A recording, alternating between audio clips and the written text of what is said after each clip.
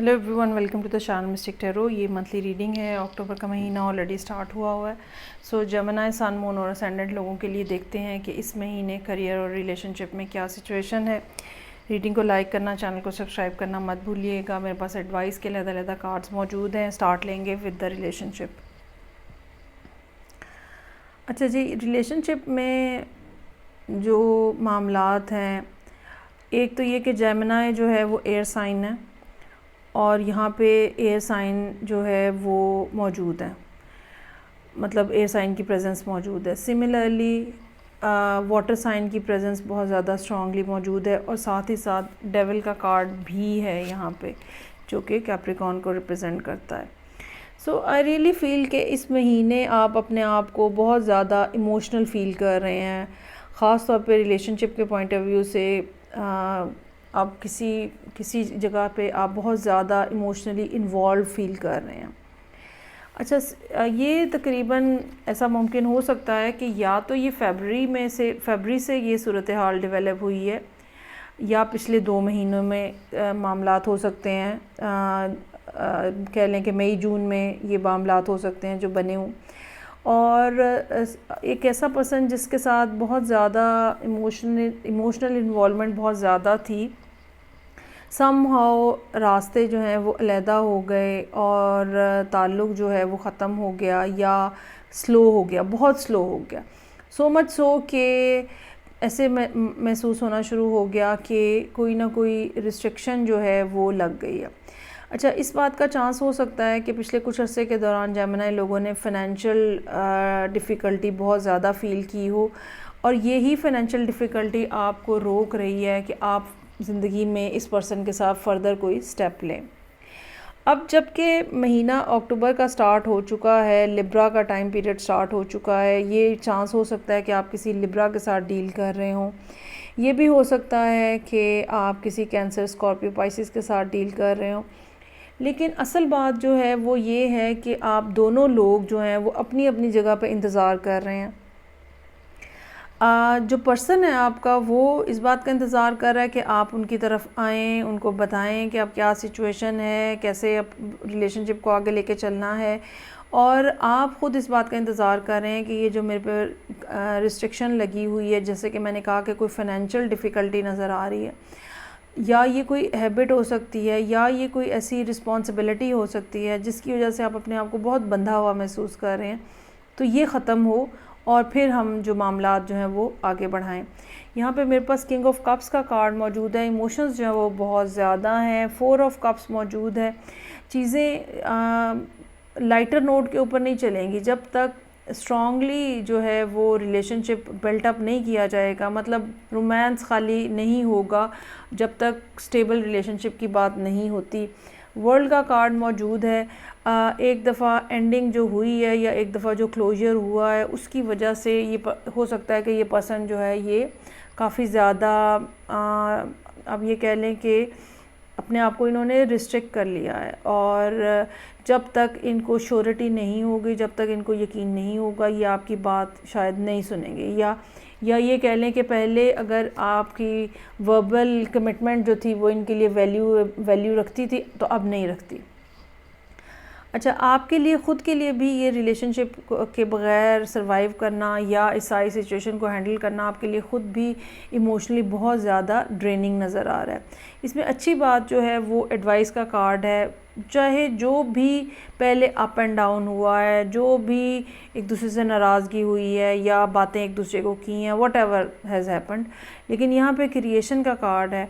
ठीक है, सो अब वो टाइम पीरियड स्टार्ट हो गया है कि जो आप सोचेंगे वो होगा, जो आप कहेंगे वो आपको मिलेगा।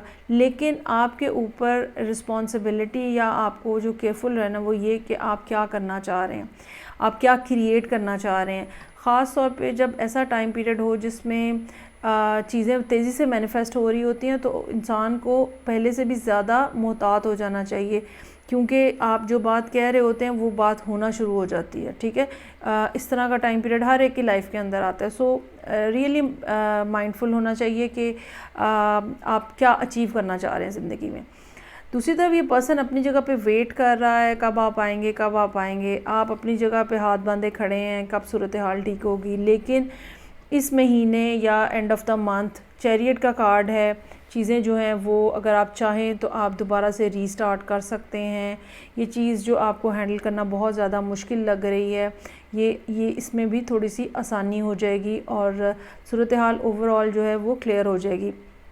लेकिन ये बात याद रखिएगा कि ये कोई ऐसी बात नहीं बनेगी कि जहाँ पे आप थर्ड पार्टी सिचुएशन कुछ बना के और दोस्ती के हेडिंग के या दोस्ती के बैनर के नीचे जो है वो रिलेशनशिप चला लें। ऐसा नहीं होगा। हेरोफेंट का कार्ड है। जो लेसन आपने इस पर्सन से दूर रह के सीखे हैं, you really need to apply that. और ये साथ ही साथ कमिटमेंट का कार्ड भी है।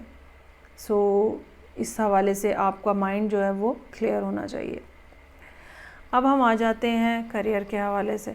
करियर के लिए जो मामलात यहाँ पे नज़र आ रहे हैं, definitely you have achieved something और गेन समथिंग।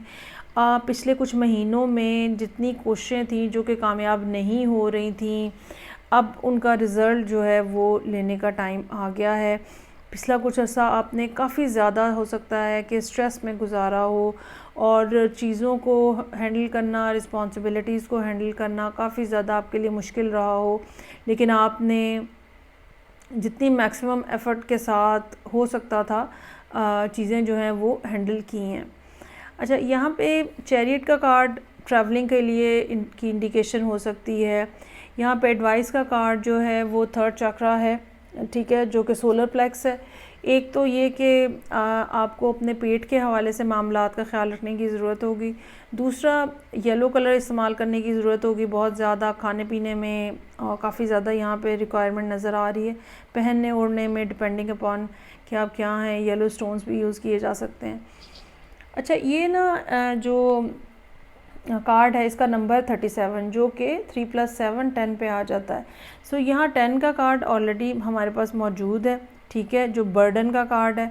लेकिन ये अगर आपकी कोशिश है, अगर आपकी एफ़र्ट है, अगर आपकी इंटेंशन है, तो आप इस सारी सूरत हाल को फिर आप दोबारा से 10 के बाद दोबारा से 0 से स्टार्ट कर सकते हैं, 1 से स्टार्ट कर सकते हैं।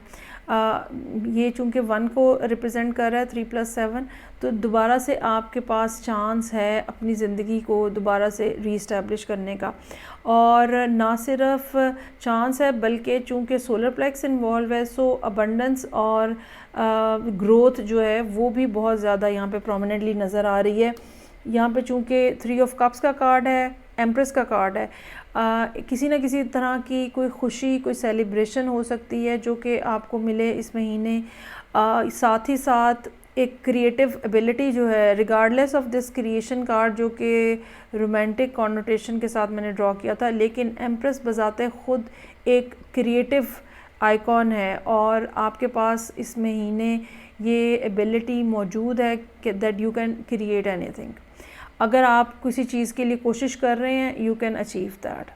ये रिलेशनशिप में भी है जेमिनी लोगों के लिए, ये करियर के पॉइंट ऑफ व्यू से ऐसे ही है। सो सोच समझ के बोलें, सोच समझ के करें और बोलने की बजाय मैनिफेस्टेशन की तरफ जो है वो मेंटल जो एबिलिटी होती है क्रिएशन की, उसकी तरफ आप जाएं तो आपको मज़ीद सक्सेस जो है वो मिलेगी। सो ये थी सूरत हाल जो कि जेमिनी लोगों के लिए थी, sun, moon and ascendant. I feel कि मैंने सारा कुछ कर लिया है कवर। फीडबैक का मुझे इंतज़ार रहेगा। मैं आपसे नेक्स्ट रीडिंग के साथ फिर मिलूँगी। अपना बहुत ज़्यादा ख्याल रखिएगा। खुदा हाफिज़।